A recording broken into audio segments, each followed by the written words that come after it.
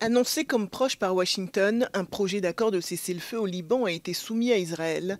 Ce mardi, le cabinet de sécurité mené par le Premier ministre Benjamin Netanyahou doit se prononcer sur ce texte qui prévoit notamment une trêve de 60 jours et le retrait des troupes israéliennes. Le texte, qui a été proposé par les États-Unis, est vivement poussé par l'UE. Selon le chef de la diplomatie européenne, Israël n'a pas d'excuse pour refuser un cessez-le-feu. Let's put pressure on Israel in order to approve the proposal of ceasefire today. Le sujet était également au cœur des discussions en Italie, alors que les ministres des Affaires étrangères des pays du G7 sont réunis à Rome. Comme le Royaume-Uni, la France ou encore l'Allemagne, l'Italie soutient ce projet d'accord de cessez-le-feu au Liban. Abbiamo una comune visione della situazione in Medio Oriente, lavoriamo per la pace, ci auguriamo che presto si possa arrivare ad un cessate il fuoco in Libano e poi lavoriamo anche per un cessate il fuoco a Gaza, ma anche con una visione per il day after, per il giorno dopo. Après des semaines de bombardements, Israël a ce mardi intensifié ses raids et dit avoir frappé environ 30 cibles dans le sud du Liban. Des bombardements qui concernent aussi la capitale Beyrouth, qui a été pilonnée après des ordres d'évacuation de l'armée israélienne. Ce conflit a fait plus de 3700 morts et plus de 15 000 blessés selon les autorités libanaises.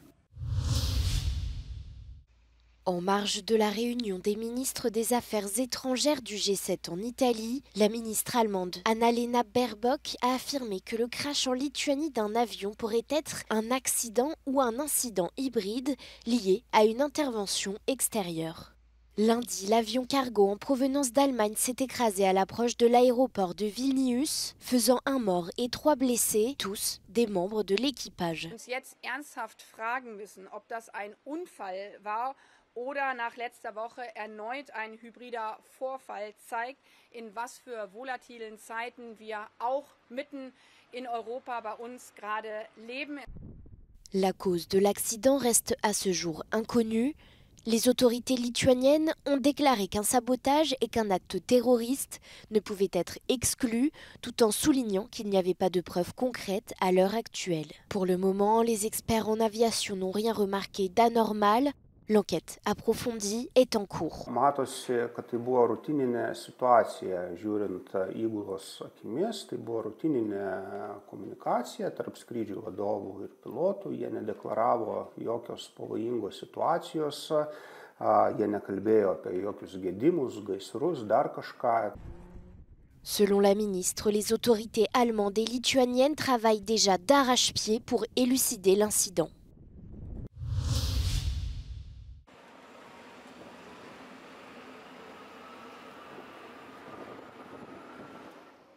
L'accord entre l'Union européenne et les pays d'Amérique latine du Mercosur entre dans sa dernière ligne droite. La Commission européenne souhaite conclure d'ici la fin de l'année ce traité de libre-échange négocié depuis 1999. Mais un bras de fer est en cours entre les capitales européennes où la France mène la fronde contre ce texte.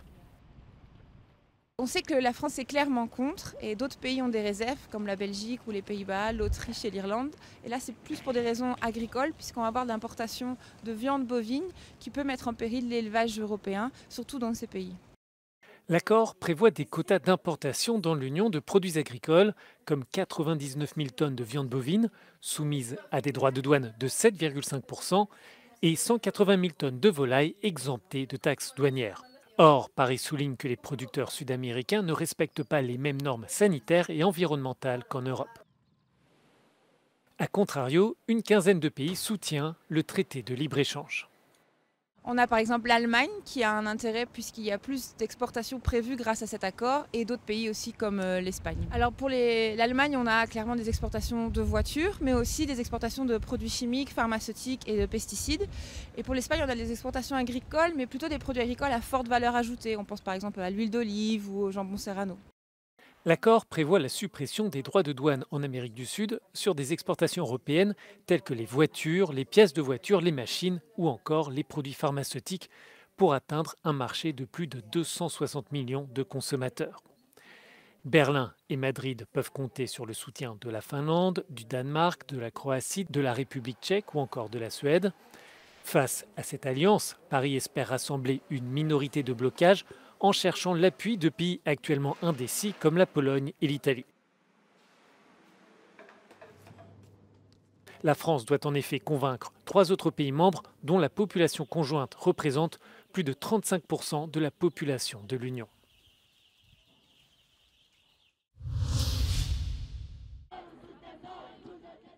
Des milliers d'étudiants et de lycéens se sont rassemblés sur la place de l'université dans le centre de Bucarest pour protester contre la victoire surprise de Călin Georgescu, un candidat nationaliste et pro-russe au premier tour de l'élection présidentielle. Avec 23% des voix, Călin Georgescu a mené une campagne intensive sur TikTok où plusieurs de ses vidéos sont devenues virales. Les manifestants estiment que les électeurs ont été manipulés par les réseaux sociaux et veulent envoyer un signal d'alarme aux partis politiques face à une possibilité d'ingérence russe. Călin Georgescu a lui nié les accusations d'extrémisme et a défendu une ligne neutre vis-à-vis de Bruxelles et de Moscou. Un singur loc care aparține doar poporului. Sunt acuzat de extremism, de legături cu țări apropiate sau îndepărtate. Fals. Total fals. Pentru că sunt dedicat cu totul, cu inima mea, cu viața mea, poporului român. Nu există est sau vest. Există doar România și pacea poporului nostru. Stabilitatea noastră economică și socială vine dintr-o neutralitate absolut necesară.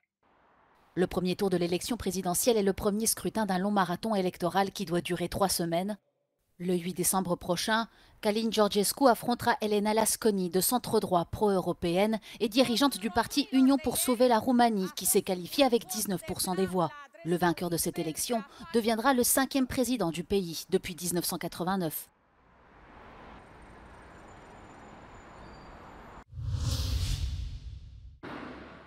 L'ancienne chancelière allemande Angela Merkel publie ses mémoires politiques.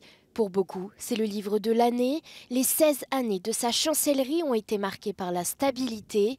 Mais à la suite de l'invasion de l'Ukraine par la Russie, ses détracteurs lui reprochent la dépendance de l'Allemagne à l'égard du gaz russe et son manque d'innovation.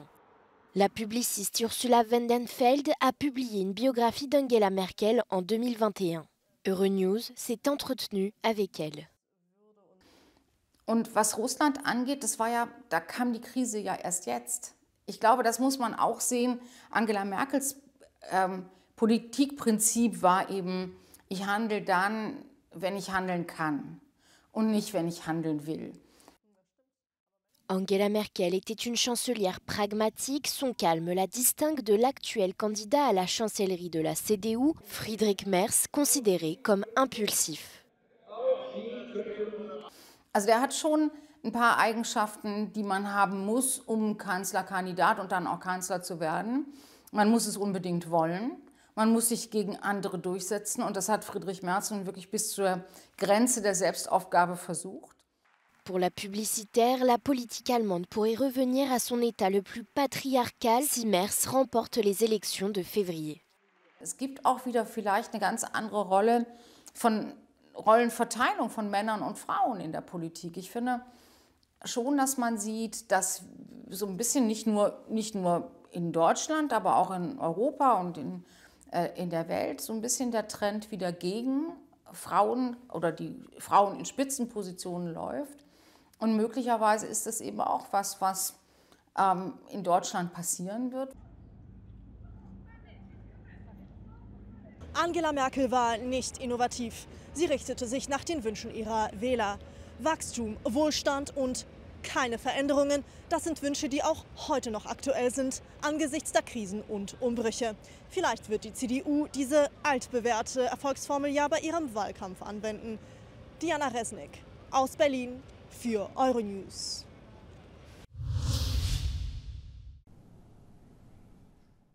Le musée des Beaux-Arts de Budapest met à l'honneur le célèbre peintre hongrois Mihály Munkácsy en lui consacrant une grande exposition.